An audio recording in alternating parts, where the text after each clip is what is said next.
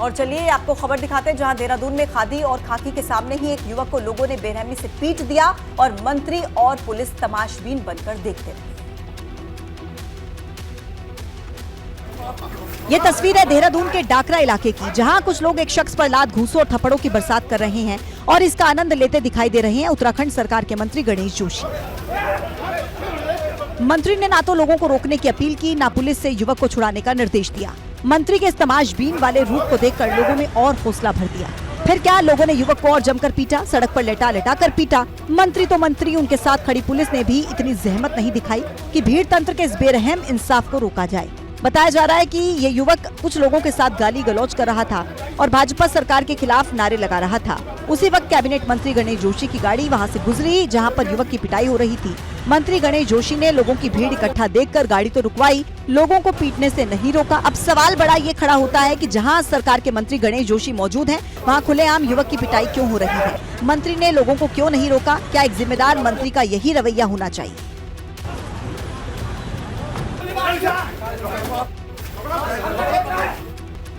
एक और जहां पहाड़ों पर भारी बारिश से जनजीवन अस्त व्यस्त हो गया है, तो दूसरी ओर केदारनाथ धाम में पुलिस और होमगार्ड के जवान देवदूत बनकर लोगों की जान बचा रहे हैं। केदारनाथ धाम में हो रही बेमौसम बारिश श्रद्धालुओं की लगातार परीक्षा ले रही है।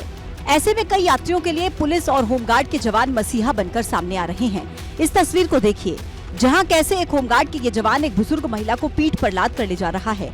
बता दें कि ये महिला अपने परिजनों से बिछड़ गई थी, बारिश में भीगकर मंदिर के पास बेहोश होकर गिर गई थी, जिन्हें एक होमगार्ड के जवान प्रबोध ने अपने कंधों पर लाद कर अस्पताल पहुंचाया। अब ये तस्वीर देखिए, जहां पर एक बच्चे को पुलिस के जवान स्ट्रेचर पर रेस्क्यू करके ले जा रहे हैं। बता दें, बिछड़ा ये बच्चा बारिश में भीगकर ठंड से कांप रहा था, जिसे पुलिस के जवान अपने साथ लेकर गए और बच्चे के लिए गर्म कपड़े और हीटर की व्यवस्था की गई, साथ ही आवश्यक दवाएं भी दी। बाद में हालात सामान्य होने पर परिजनों की खोजबीन करके उनके सुपुर्द किया गया। दोनों जवानों की बहादुरी और दरिया दिली को रुद्रप्रयाग पुलिस अधीक्षक ने सम्मानित किया है। ढुलाई करके जो है लेके गए, ये काफ़ी सराहनीय काम उनके द्वारा किया गया है।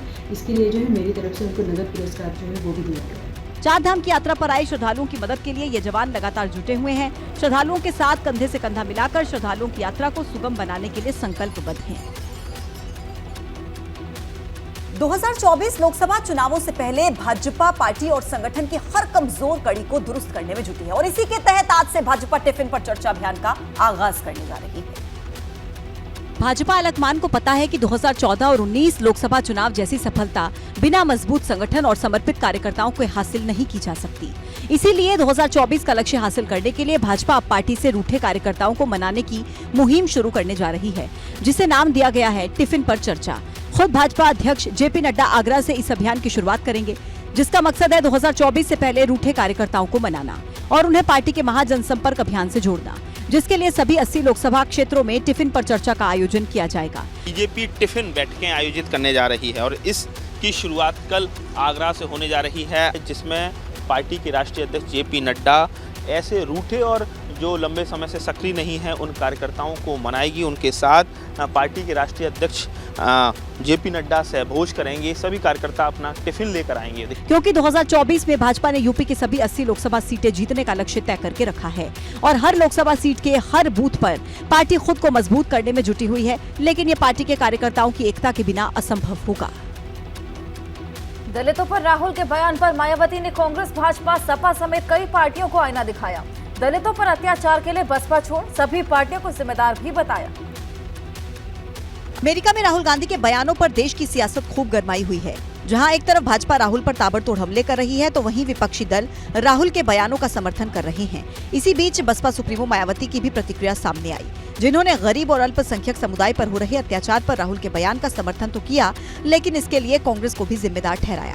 मायावती ने ट्वीट करके लिखा कि कांग्रेस के पूर्व अध्यक्ष द्वारा अमेरिकी दौरे में भारत के करोड़ों दलितों व मुस्लिम समाज की दयनीय दशा एवं उनकी जान माल, मजहब की असुरक्षा आदि के बारे में दिया गया बयान ऐसी कड़वी सच्चाई है जिसके लिए केंद्र में कांग्रेस, बीजेपी और अन्य पार्टियों की रही सरकारें पूर्ण रूप से दोषी हैं। यही नहीं, मायावती ने फिर से एक बार साफ किया कि दलित, गरीब या फिर वंचित समाज के लिए सिर्फ बहुजन समाजवादी पार्टी ने ही सकारात्मक काम किया। मायावती ने ट्वीट में आगे लिखा कि देश में यूपी सहित अन्य राज्यों में कांग्रेस की सरकार हो या बीजेपी अथवा सपा की, बहुसंख्यक बहुजन समाज के गरीबों व वंचितों पर हर स्तर पर अन्याय, अत्याचार और शोषण आम बात है। जबकि यूपी में केवल बीएसपी की रही सरकार में कानून द्वारा कानून का राज स्थापित करके सबके साथ न्याय किया गया। और देखिए, अमेरिका में पत्रकारों के सवालों का जवाब देते हुए कांग्रेस नेता राहुल गांधी ने एक ऐसा जवाब दे दिया जिसने देश के राजनीतिक गलियारों में बवाल मचा दिया। राहुल ने मुस्लिम लीग को पूरी तरह से धर्मनिरपेक्ष पार्टी बताया। कांग्रेस नेता राहुल गांधी अमेरिका के दौरे पर हैं और बयानों को लेकर खूब सुर्खियों में हैं। अमेरिका में राहुल अलग अलग कार्यक्रमों में जाकर भाजपा सरकार पर जमकर हमला बोल रहे हैं। इसको लेकर देश की सियासत गरमाई हुई है। इसी बीच वाशिंगटन डीसी में राहुल ने मुस्लिम लीग को धर्मनिरपेक्ष पार्टी बताया। Muslim League is a completely secular party. Right. There's nothing non-secular about Muslim League. Questions a little disjointed. Sorry about that. I think the person hasn't studied the Muslim League. Muslim league पर राहुल के बयान पर बवाल मचा हुआ है। Deputy CM Keshav Prasad Maurya ने कहा कि राहुल गांधी का मानसिक संतुलन बिगड़ गया है। राहुल गांधी जी का लगता है मानसिक संतुलन गड़बड़ा गया है। वह ऐसा बयान लगातार देने का काम कर रहे हैं अमेरिका में रह करके कि जैसे वो अमेरिका से चुनाव लड़ने वाले। वहीं आरएसएस संघ प्रमुख मोहन भागवत ने बिना नाम लिए राहुल पर हमला बोला। देश के बाहर भारत को नीचा दिखाने वाले को शत्रु बताया। देश के अंदर नहीं तो देश के बाहर तो भारत को नीचा दिखाना चाहने वाले शत्रु है।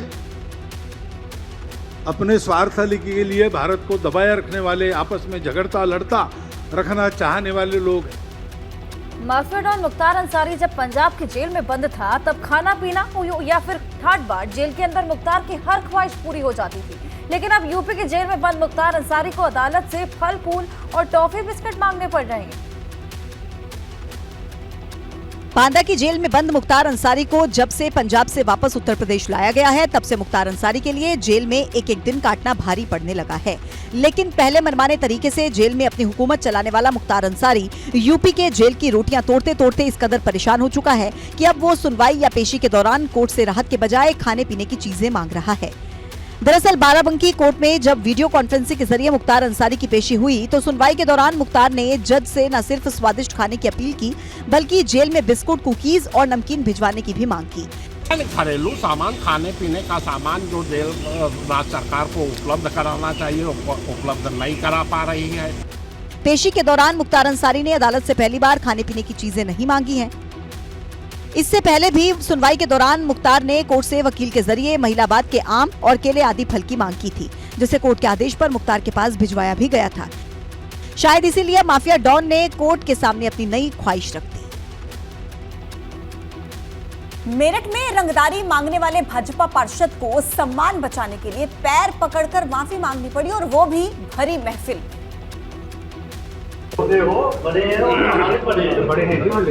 भरी महफिल में कुर्सी पर बैठे इस शख्स को ये युवक किसी सम्मान में नहीं पैर छू रहा है।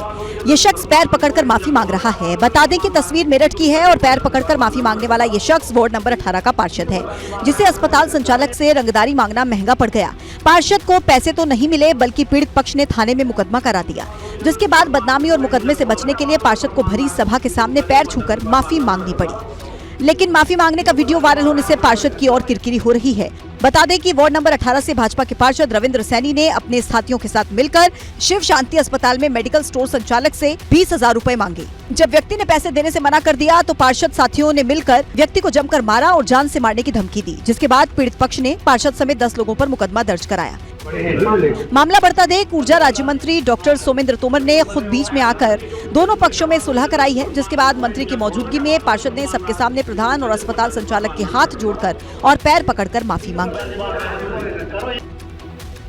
और विकासनगर से बड़ी खबर आ रही है। यहाँ पर भारी ओलावृष्टि देखने को मिली है। चक्राता ब्लॉक से भंगार गांव में ओले गिरे हैं। ओलावृष्टि से किसानों की फसलों को खासा नुकसान यहाँ पर हुआ है। मटर, बीन, गोभी, सेब और पुलम के फसलों को यहाँ पर नुकसान हुआ है। भारी ओलावृष्टि देखिए, तस्वीरें में हम आपको दिखा रहे हैं। चक्राता ब्लॉक के भंगार गाँव की तस्वीर जहाँ पर ओले गिरे हैं। हालांकि येलो अलर्ट लगातार जारी है और ऐसे में ओलावृष्टि यहाँ पर देखी गई है। आप देखिए कितनी भीषण ओलावृष्टि है। फसलों को यहाँ पर नुकसान हुआ है। मटर, बीन, गोभी, सेब, पुलम की फसलों को यहाँ पर नुकसान हुआ है। हालांकि तापमान में यहाँ पर गिरावट देखने को मिली है, लेकिन इस ओलावृष्टि के चलते सबसे ज्यादा नुकसान यहाँ पर किसानों को देखना पड़ रहा है। तो चक्राता ब्लॉक के भंगार गांव की ये तस्वीर आप देखिए किस तरीके से वहां पर लगातार ओलावृष्टि हो रही है और देखिए तापमान में यहाँ पर गिरावट आ गई है। तेज हवाएं यहाँ पर चल रही हैं, ओले यहाँ पर लगातार गिर रहे हैं। देखिए किस तरीके से ओलावृष्टि वहां पर हो रही है। लेकिन यहाँ पर किसानों को इस ओलावृष्टि के चलते खासा नुकसान हुआ है। उनकी जो फसलें थी उनकी जो मेहनत थी उन पर यहाँ पर आज ओले फिर गए हैं। नुकसान यहाँ पर फसलों को हुआ है। मटर, बीन, गोभी की फसलें थी, साथ ही सेब, पुलम की भी जो फसलें थी उनको यहाँ पर खासा नुकसान पहुंचा है। और चलिए एक बड़ी जानकारी आपको दे देते हैं। भाजपा ने आज देश भर में अपने सभी कार्यक्रम रद्द कर दिए हैं जो होने थे। ओडिशा रेल हादसे की वजह से भाजपा ने बड़ा फैसला लिया। केंद्र सरकार के 9 साल पूरे होने पर कार्यक्रम करने थे, लेकिन ये कार्यक्रम तमाम रद्द हो चुके हैं। आगरा में जेपी नड्डा की टिफिन पर चर्चा को भी स्थगित कर दिया गया है। बड़ी खबर इस वक्त आप तक पहुंचा रहे हैं। आज जो भी कार्यक्रम थे भारतीय जनता पार्टी के दिन भर के, उन्हें रद्द किया गया है और इसके पीछे वजह है ओडिशा रेल हादसा, भीषण रेल हादसा, जिसके चलते ये फैसला लिया गया पार्टी की तरफ से कि आज होने वाले तमाम कार्यक्रमों को रद्द कर दिया गया। और ज्यादा जानकारी देंगे मेरे सहयोगी अविनाश तिवारी, इस वक्त हमारे साथ जुड़ रहे हैं। अविनाश, ओडिशा रेल हादसा बेहद दुखद ये हादसा रहा, कई लोगों ने जान गंवा दी और इसी के चलते भाजपा ने अपने तमाम कार्यक्रम रद्द कर दिए, लेकिन क्या कोई डेट अभी निर्धारित हुई है कि फिर ये कार्यक्रम कब होंगे? देखिए अभी डेट नहीं निर्धारित की गई है, लेकिन कल देर शाम जिस तरीके से ओडिशा के बालासोर में एक भयावह ट्रेन हादसा हुआ जिसमें अब तक 233 लोगों से ज्यादा की जान चली गई है और 900 से ज्यादा लोग घायल हैं। इसी को ध्यान में रखते हुए भारतीय जनता पार्टी ने आज के अपने सभी कार्यक्रम रद्द कर दिए हैं, जिसमें आज पूरे देश भर में टिफिन पर बैठक में चर्चा के साथ कार्यक्रम की शुरुआत होनी थी और खुद जेपी नड्डा ने इसकी आधिकारिक घोषणा की है और देश भर में जितने भी बीजेपी कार्यकर्ता हैं सबको कहा गया है कि आज कोई भी किसी भी तरीके से कार्यक्रम का आयोजन नहीं करेगा, क्योंकि सभी शोक संतप्त है जिस तरीके से ओडिशा में ट्रेन हादसा हुआ है। इसके बाद अगर बात करें तो आज जेपी नड्डा को आगरा पहुंचना था, उनके भी कार्यक्रम को रद्द कर दिया गया है। केंद्र सरकार की पूरी टीम इस वक्त ओडिशा में जो बालासुर में हादसा हुआ है उसकी देखरेख में लगी है और वहाँ किस तरीके से सहायता पहुंचाया जाए इस पर लगी हुई। केंद्र सरकार ने भी अपने सारे जो बेहतर काम थे उसको लेकर के कार्यक्रम होने थे उसको रद्द कर दिया है और जो रूटीन वर्क है वही अब किया जाएगा। इसके साथ साथ उड़ीसा सरकार ने जो ठीक है, मैं आपके पास वापस लौट रही हूँ। अश्विनी वैष्णव मौका स्थल पर पहुंच गए हैं। एक बार वो तस्वीरें दिखाते हैं दर्शकों को। रेल मंत्री अश्विनी वैष्णव जो पहुंचे हैं स्थल पर और जायजा लेने के लिए, निरीक्षण करने के लिए, स्थिति जानने के लिए, समझने के लिए कि क्या अभी फिलहाल वहां पर चल रहा है। तो ये तस्वीरें आपके सामने हैं जहां रेस्क्यू ऑपरेशन अभी चलाया जा रहा है। अश्विनी वैष्णव यहां पर पहुंच चुके हैं और जायजा ले रहे हैं, पूछ रहे हैं, हालचाल जान रहे हैं फिलहाल घायलों की क्या स्थिति है, कितना समय अभी और रेस्क्यू ऑपरेशन में लगेगा। तमाम तरीके की परिस्थितियों को समझने की कोशिश यहाँ पर की जा रही है। तो तस्वीरें एबीपी गंगा ने आपके सामने रखी, एक्सक्लूसिव तस्वीरों के माध्यम से देखिए। यहाँ पर पूरा अमला मौजूद है, प्रशासन की टीम मौजूद है, डॉक्टर्स का पैनल मौजूद है, एसडीआरएफ एनडीआरएफ मौके पर तैनात है और इसी बीच रेल मंत्री अश्विनी वैष्णव भी पहुंच गए हैं तमाम तरीके की परिस्थितियों को जानने समझने के लिए। एक्सक्लूसिव तस्वीरें जो आपको सिर्फ और सिर्फ एबीपी गंगा पर ही देखने को मिल रही हैं और इन तस्वीरों में देखिए अश्विनी वैष्णव जो कि रेल मंत्री है वो यहाँ पर जानने के लिए, समझने के लिए पहुंचे हैं परिस्थितियों को। हालांकि अभी सबसे बड़ी जो प्राथमिकता है वो इसी बात को लेकर है कि जो घायल है उनकी जान को बचा लिया जाए, उनको लेकर के लगातार यहाँ पर कोशिश मशक्कत की जा रही है। समझने की कोशिश कर रहे हैं अधिकारियों से कि फिलहाल वहां पर परिस्थितियां अंडर कंट्रोल है या किस तरीके की परिस्थितियां बनी हुई हैं। एसडीआरएफ एनडीआरएफ की टीम का जो रेस्क्यू ऑपरेशन चल रहा है उसमें किस तरीके की दिक्कतें आ रही हैं, क्या परेशानियां आ रही हैं और कब तक ये ऑपरेशन चलाया जाएगा, कितना समय और लगेगा, किसी चीज की आवश्यकता वहां पर हो या किस तरीके से हैंडल किया जाए अभी सिचुएशन को। इन तमाम चीजों की जानकारी लेते हुए अश्विनी वैष्णव यहां मौका स्थल पर मौजूद है, कोशिश कर रहे हैं और तमाम कोशिशें देखिए पूरी टीम की तरफ से की जा रही हैं। लगातार यहां पर हम देख रहे हैं एनडीआरएफ, एसडीआरएफ, डॉक्टर्स का पैनल मौके पर मौजूद है। कोशिश यही की जा रही है घायलों को तुरंत से तुरंत अस्पताल में पहुंचाया जाए। रेस्क्यू ऑपरेशन लगातार जारी है। मृतकों की संख्या 233 पर पहुंच गई है और दुख की बात तो यह है कि मृतकों की संख्या और बढ़ सकती है। कई घायल ऐसे हैं जिनकी हालत नाजुक बताई जा रही है। 900 से ज्यादा यात्री घायल हैं। तो देखिए आपको बता दें कि ओडिशा में फिलहाल मुख्यमंत्री नवीन पटनायक ने एक दिन के राजकीय शोक की भी घोषणा की है। भारतीय जनता पार्टी के जितने तमाम कार्यक्रम आज के दिन थे वो तमाम कार्यक्रम रद्द कर दिए गए हैं। अभी अश्विनी वैष्णव मौके पर मौजूद हैं। देखिए हावड़ा से बैंगलोर जा रही थी ये जो एक्सप्रेस है 12864 एक्सप्रेस, ये नंबर था गाड़ी का और कई कोच करीब शाम को 7 बजे बीते कल पटरी से उतर गए और साथ वाले ट्रैक पर जाकर गिर गए और उसी ट्रैक पर 12841 शालीमार चेन्नई सेंट्रल कोरोमंडल एक्सप्रेस आ गई और पलटे हुए डिब्बों से टकरा गई। कोरोमंडल के कई डिब्बे पटरी से उतर गए और वो बगल के ट्रैक से गुजर रही मालगाड़ी से टकरा गए। स्थानीय लोगों ने यात्रियों को निकालना शुरू किया। एनडीआरएफ, राज्य सरकार, वायुसेना ने बचाव कार्य, राहत कार्य वहां पर शुरू किया। हादसे में कोरोमंडल एक्सप्रेस के 7 कोच पलट जाने की खबर है। बाउंड्री से बाहर चले गए ये 7 कोच। स्थानीय लोग ये बता रहे हैं कि कुल 15 डब्बे थे जो पटरी से उतर गए हैं। एक्सक्लूसिव तस्वीरें फिलहाल उस स्थल की आप देखिए। अभी भी वहां पर स्थिति ऐसी है कि आपके मन को झकझोर कर रख सकती है। कई जगहों पर बच्चों की छोटी छोटी चप्पल, वाटर बॉटल्स, बैग्स, इस तरीके की तस्वीरें सामने आ रही हैं जो मन को परेशान कर सकती हैं, झकझोर के रख सकती हैं। मौके पर रेल मंत्री अश्विनी वैष्णव पहुंचे हुए हैं, स्थिति का जायजा ले रहे हैं। ये एक्सक्लूसिव तस्वीरों के माध्यम से आप समझिए कि कितना भयावह ये रेल हादसा रहा होगा। हालांकि ये कोई मानवीय चूक थी, बड़ी लापरवाही थी या तकनीकी खराबी थी, इस पर भी जांच होगी, तब पता लग पाएगा। लेकिन अभी प्रायोरिटी यही है कि जो लोग यहाँ पर दबे हुए हैं, जो घायल हैं, उन्हें तुरंत अस्पताल में पहुंचाया जाए ताकि उनकी जान बचा ली जाए।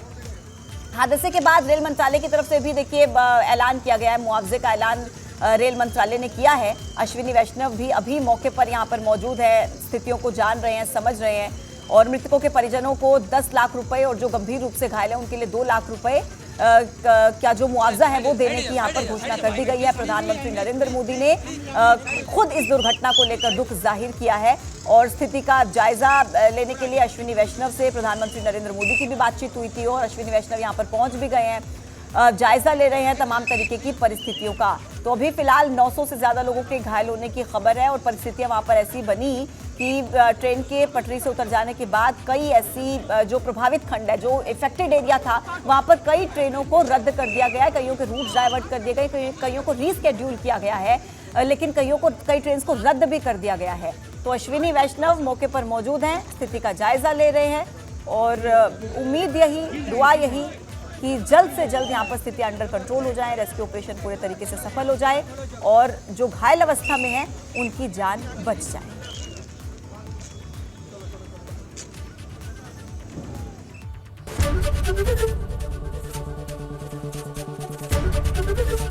एबीपी गंगा, खबर आपकी, जुबान आपकी।